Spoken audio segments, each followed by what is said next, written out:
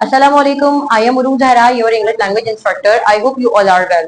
आज के वीडियो में एडवांस स्पोकन स्ट्रक्चर की तरफ हम आए हैं और ये सेंटेंसेस लाइफ में कितने इंपॉर्टेंट हैं आज के इस सेंटेंसेस आपको आइडिया हो जाएगा। इसी के साथ आप इन जैसे सेंटेंसेस मजीद बना सकते हैं और मुझे कमेंट सेक्शन में बता सकते हैं। लेकिन अगर आप हमारे चैनल पर नए हैं और अब तक सब्सक्राइब नहीं किया है so don't forget to subscribe our channel, साथ ही बेल आइकन को भी प्रेस कर लें ताकि हर वीडियो आपको मिल सके। आज के इस लेसन में ओनली यहाँ पर 11 सेंटेंसेस हैं, लेकिन इनकी काफी ज्यादा रिक्वेस्ट भी थी, तो आइए जरा हम वन बाय वन डिस्कस करते हैं। और इन जैसे ही मजीद सेंटेंसेस मैं आपको वर्बली भी बताऊंगी, तो आप अपने साथ नोटबुक भी रख सकते हैं इनको नोट डाउन करने के लिए। तो सबसे पहले हमारे पास है जिंदगी अल्लाह ताला का एक तोहफा है। अक्सर हम कहते हैं जिंदगी अल्लाह की अमानत है, जिंदगी अल्लाह का तोहफा है। जाहिर है क्योंकि जिंदगी में हमारा इख्तियार तो नहीं है, ये तो हमें मिली है, तो एक तोहफा ही है। तो जिंदगी अल्लाह का एक तोहफा है या अमानत है, तो हम कहेंगे the life is the gift of God. Life is the gift of God, ये अल्लाह ताला का दिया हुआ एक तोहफा है। इसको आप यूं भी कह सकते हैं the life is the blessing of God. Blessing, BLESSING, blessing, the life is the blessing of God. लेकिन अगर आप कहते हैं कि जिंदगी अल्लाह ताला की एक अमानत है, तो अमानत के लिए हम यहाँ लगा सकते हैं the life is interested of God. अमानत को हम कहते हैं, मैं बोर्ड पे लिख भी देती हूँ, the life is the interested of God. जिंदगी अल्लाह ताला की अमानत है। इसके बाद हम नेक्स्ट सेंटेंस पर चलते हैं। हम जिंदगी में नाकामियों से सीखते हैं। बहुत आसान सा टेंस है ये, सीखते हैं। हमने देखा था कि ऐसे वाले सेंटेंसेस जिसमें कोई भी यहाँ पर कॉम्प्लिकेशंस नहीं आती हैं, उनको हम प्रेजेंट सिंपल से डिस्कस करते हैं। हम जिंदगी में नाकामियों से सीखते हैं। We learn from failures in life. Failures कहते हैं नाकामियां। हम जिंदगी में नाकामियों से सीखते हैं। इन लाइफ, जिंदगी में। अक्सर लोग कंफ्यूजन का शिकार होते हैं क्योंकि जुमला उर्दू में जिंदगी से स्टार्ट हो रहा है, तो वो इसको पहले ले आता है, जबकि मैंने आपको बताया था कि इंग्लिश में हमेशा सब्जेक्ट पहले आता है, फिर वर्ब आता है, फिर ऑब्जेक्ट आता है। तो हम है वो सब्जेक्ट है, लर्न सीखना, फेलियर्स ये हमारा ऑब्जेक्ट है, इन लाइफ एंड में आएगा। तो आप इंग्लिश में सेंटेंसेस की सीक्वेंस का खास ख्याल रखा करें। वक्त की पाबंदी बहुत जरूरी है। वक्त की पाबंदी को हम कहते हैं the punctuality of time is important. वक्त की पाबंदी बहुत जरूरी है, the punctuality of time is important. इसके बाद है जिद्दी मत बनो। मैंने यहाँ किसी को एक मशवरा दिया है कि जिद्दी मत बनो, डोंट बी स्टबर्न। मैं यहाँ पर बी की जगह बिकम भी लेकर आ सकती थी कि डोंट बिकम स्टबर्न। स्टबर्न कहते हैं जिद्दी को, डोंट बिकम स्टबर्न।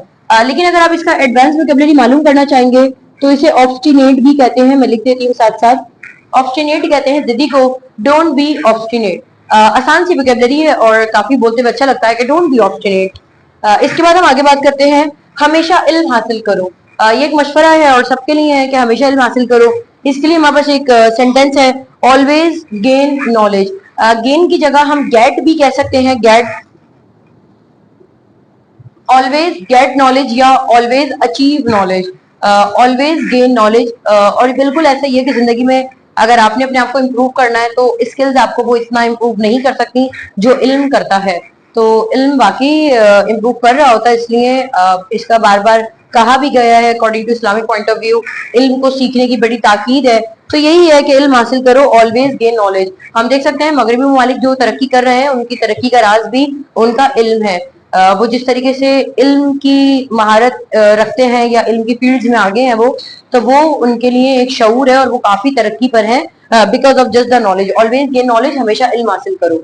इसके बाद हमारे पास जिंदगी में हमेशा सही चीजों को अपनाओ। मैंने किसी को मशवरा दिया, always adopt right manners in life. Right manners की जगह मैं थिंग्स भी कह सकती थी, always adopt right things in life. इसके बाद है वक्त जाया करना एक बेवकूफी है।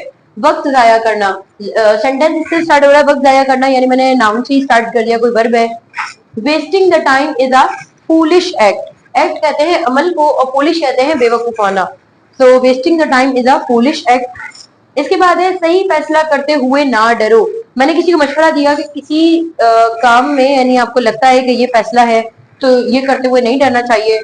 डू नॉट गेट स्केयर्ड, भाई नहीं डरो ना, do not get scared while making a right decision। सही फैसला करते हुए तो ना डरो, do not get scared while making a right decision। हिजरत में बरकत है। हिजरत में बरकत है तो हम कह सकते हैं there is a blessing in migration, कि हिजरत में बरकत है, there is a blessing in migration। बरकत के सेंस में हम ब्लेसिंग लेकर आ जाते हैं, there is a blessing in migration.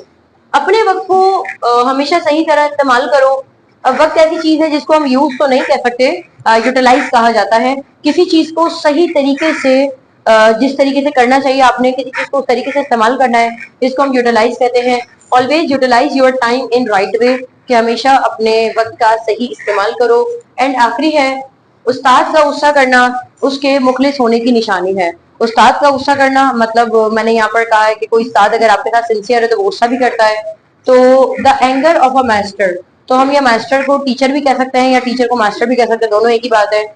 The anger of a master is the sign of, sign कहते हैं निशानी, is the sign of his sincerity.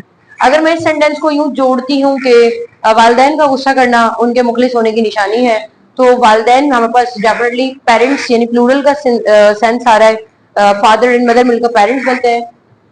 तो यहाँ पर हो जाएगा the anger of a parents is the sign of their sincerity. तो अगर पेरेंट्स आएगा तो यहाँ पर देयर सिंसियरिटी आ जाएगा। आई होप आपको ये डेली लाइफ सेंटेंसेस समझ आए हैं। अगर आपका कोई सवाल है तो आप कमेंट सेक्शन में पूछ सकते हैं। इसके साथ ही मुझे इजाजत दीजिए, आपसे दोबारा मुलाकात होगी एक नई वीडियो में। तब तक के लिए अल्लाह हाफिज।